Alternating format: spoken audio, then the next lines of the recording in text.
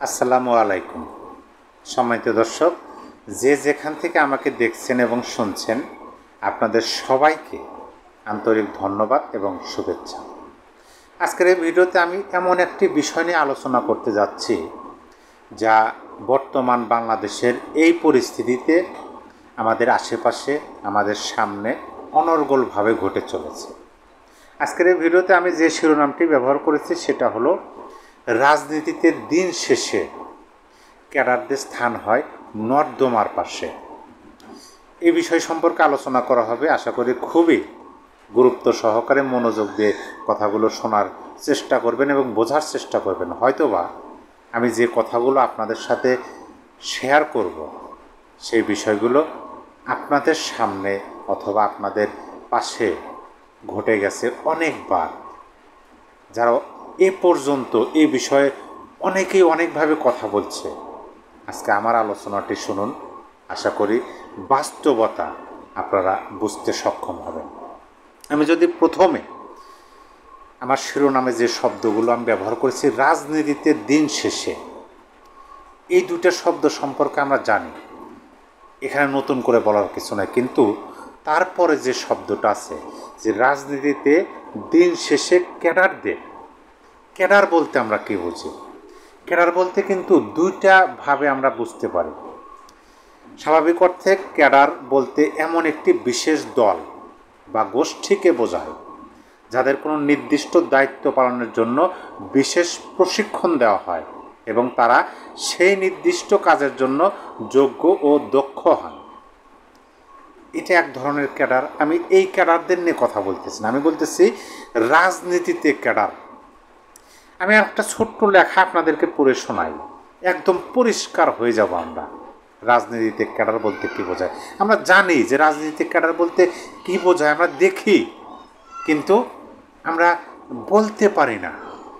সে না বলা কথায় আপনাদের কাছে আমি বলি, রাজনৈতিক ক্যাডার দুর্দান্ত সাহসী, দুর্ধর্ষ, অপ্রতিরোধ্য, মাঠ দখলের রাজনীতির হাতিয়ার, পেশিশক্তি হিসাবে দলের অভ্যন্তরে বিশেষভাবে সমাদৃত। এদের অধিকাংশই শুরু থেকে এক সময় ছিল পাড়া মহল্লার উঠতি মাস্তান, পরে প্রত্যক্ষ বা পরোক্ষভাবে রাজনীতির সাথে সম্পৃক্ত হয়, আশীর্বাদ পুষ্ট হয় প্রভাবশালী নেতার।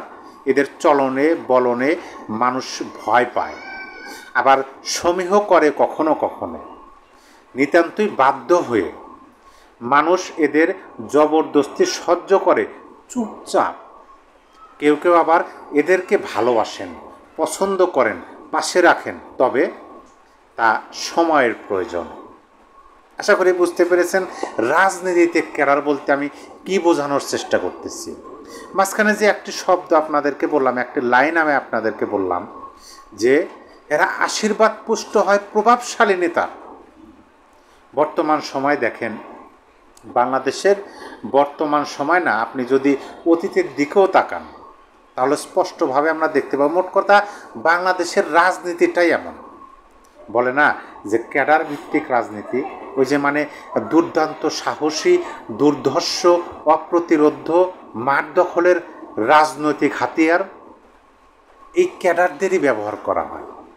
আমরা বর্তমানের দিকে একটু তাকাবো, তাকে দেখার চেষ্টা করব যে বর্তমান সময়ে এই বিষয়গুলো, কাজগুলো কিভাবে হচ্ছে। দেখবেন উঠতি বয়সের ছেলে, উঠতি বয়সের মানে যুবক, অনেকে যুবক হয় নাই, কিশোর। আমি এখানে আর একটা কথা বলছি যে অধিকাংশই, মানে এই যে যাদেরকে আমি বোঝানোর চেষ্টা করতেছি, এদের অধিকাংশ জনই শুরুর দিকে এক সময় ছিল পাড়া মহল্লার উঠতি মাস্তান, পরে প্রত্যক্ষ বা পরোক্ষভাবে রাজনীতির সাথে সম্পৃক্ত হন। 5ই আগস্ট বাংলাদেশের রাজনৈতিক ক্ষমতার পট পরিবর্তনের পরিপ্রেক্ষিতে এই বাংলাদেশে আমরা নতুন নতুন মুখ দেখতে পাচ্ছি, কোমলমতির চেহারা দেখতে পাচ্ছি, যারা জানে না ভবিষ্যৎ কী তাদের, তারা বুঝতে পারে না, তারা নির্ধারণ করতে পারে না, তারা এইটা বুঝতে পারে না যে বর্তমান কর্মের ফল তাদের ভবিষ্যতে আসবে এবং সেটাই তাদেরকে ভোগ করতে হবে। এই বিষয়টা আমরা আরও পরিষ্কার হব আমি যদি লাস্টের শব্দ আমার শিরোনামে ব্যবহার করা সে লাস্টের দুইটা শব্দ সম্পর্কে ভালোভাবে বুঝতে পারি। আমি লাস্টে যে শব্দটা ব্যবহার করছি যে এদের স্থান হয় নর্দমার পাশে। আমি কোন নর্দমা বলতে বোঝাতে চেয়েছি আপনাদের? নর্দমা বলতে একটি পদ্ধতি বা অবকাঠামোকে বোঝায় যা ভবন থেকে ব্যবহৃত জল, যেমন টয়লেট ও সিল্ক থেকে আসা বর্জন জল এবং বৃষ্টির জল সংগ্রহ করে নিরাপদে বর্জন প্রক্রিয়াকরণ কেন্দ্রে বা নির্দিষ্ট স্থানে নিয়ে যায়। এটি সাধারণত ভূগর্ভস্থ পাইপলাইনের একটি নেটওয়ার্ক বা বর্জ্য জলকে তার উৎস থেকে অপসারণ করে। তাহলে অবশ্যই বুঝতে পেরেছেন আমাদের বাংলাদেশে বিশেষ করে ঢাকা শহরে দুর্গন্ধযুক্ত নর্দমার অভাব নেই। যেখান দিয়ে রাস্তার পাশে নর্দমা, ওই রাস্তা দিয়ে যারা চলাফেরা করেন তারা নাক চেপে ধরে চলাফেরা করেন, দুর্গন্ধ আসে। আর আমি বললাম কি, রাজনীতিতে দিন শেষে ওই সমস্ত ক্যাডারদের স্থান হয় নর্দমার পাশে। মানে যখন প্রয়োজন ফুরিয়ে যায়, যখন তাদের আর দরকার নেই, তাদের ব্যবহার শেষ, তাদের আর ব্যবহার করতে হবে না। কারণ আমি বললাম যে তবে তা সময়ের প্রয়োজনে।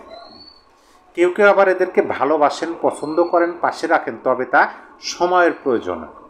যখন ওই ক্যাডারদের প্রয়োজন ফুরিয়ে যায়, সময় ফুরিয়ে যায়, তখন ওই রাজনৈতিক নেতারা তাদের মাথার উপর থেকে আশীর্বাদ পুষ্ট হাতটা সরিয়ে নিয়ে আসেন। তখন তাদের স্থান হয় ওই সমস্ত জায়গায় যেখানে মানুষ তাকায়ও না, ঘৃণা ভরা চোখেও তাকায় না, ঘাড় স্মিক দিয়ে চলে যায়, না কাটকিয়ে নিঃশ্বাস পর্যন্ত তাদের সামনে নিতে চায় না। যদি ওই সমস্ত রাজনৈতিকদের প্রয়োজন হয়, ক্যাডারদের দিন শেষে করে কি ধাক্কা দিয়ে নর্দমায় ফেলে দেয়, তাদেরকে সামনে আনে না, পরিচয় দিতেও চায় না যে এরা আমার এক সময় আমারই ক্যাডার ছিল, আমারও হয়ে রাজপথে কাজ করছে, এই পরিচয়টাও দিতে চায় না। সেটা নতুন করে বলার কিছু নাই, সেটা বর্তমান বাংলাদেশের রাজনীতির প্রেক্ষাপটের দিকে আমরা তাকালে বুঝতে পারি। কেন আমরা আমাদের ভবিষ্যৎ প্রজন্মকে এরকম গন্ধযুক্ত নর্দমার দিকে ঠেলে দিচ্ছি? কেন আমরা আমাদের ভবিষ্যৎ সম্পর্কে, আমাদের ভবিষ্যৎ প্রজন্মের দিকে তাকাচ্ছি না?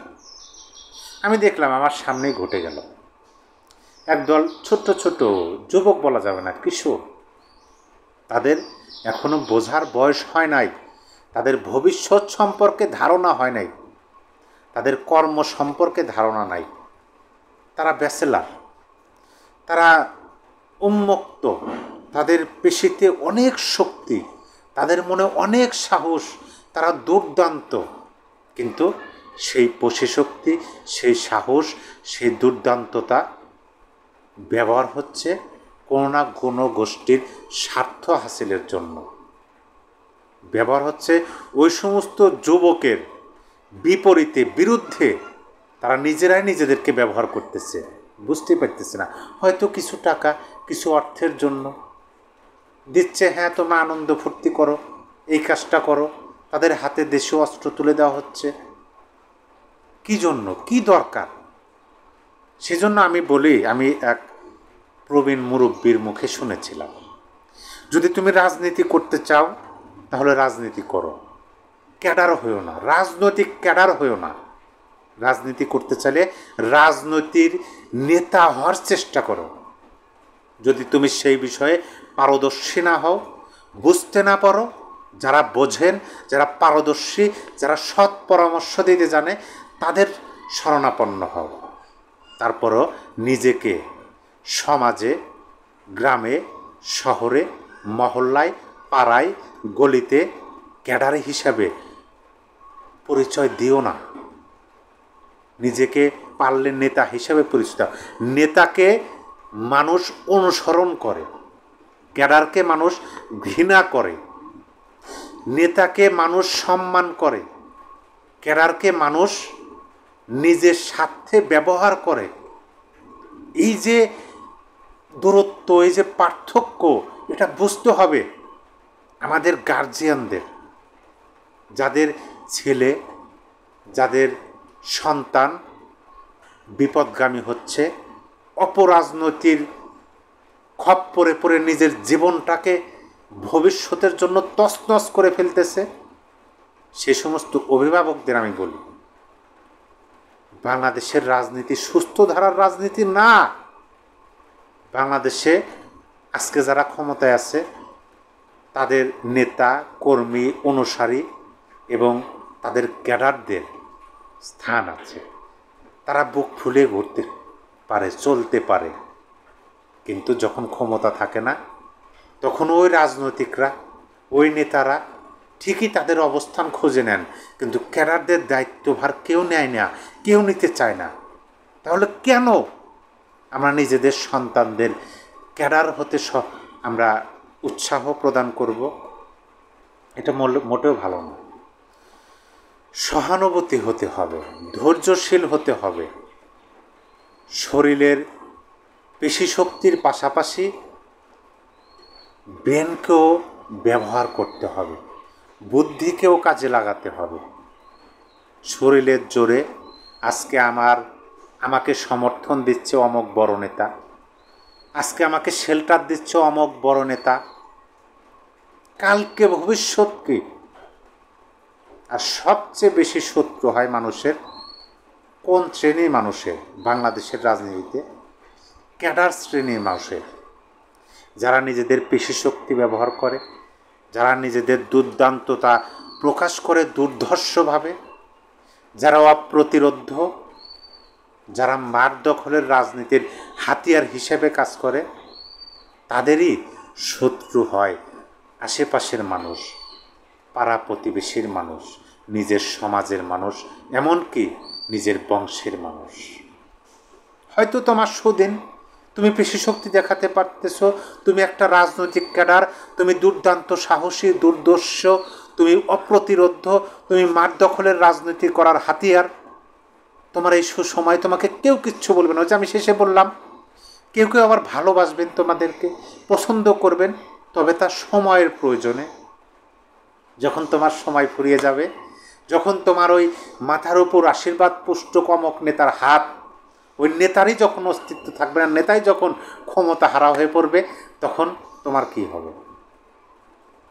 সঠিক পথে নিজেদেরকে পরিচালনা করার আমরা চেষ্টা করি এবং আমাদের ভবিষ্যৎ প্রজন্মকে সঠিক পথে পরিচালনা করার চেষ্টা করি, যাতে আমাদের ভবিষ্যৎ প্রজন্ম আমাদেরকে এই দোষটুকু অন্তত না দিতে পারে যে তোমরা তো আমাদের বোঝাইতে সক্ষম হও নাই, তোমরা তো আমাদের বুঝিয়ে সঠিক পথে আনতে সক্ষম হও নাই। এই কথাগুলো যেন আমাদের ভবিষ্যৎ প্রজন্মরা বলতে না পারে। রাজনীতি করতে চাইলে নেতা হও, রাজনীতি করতে চাইলে নেতৃত্ব দাও, কিন্তু মাঠ দখলের রাজনীতির ক্যাডার হইও না।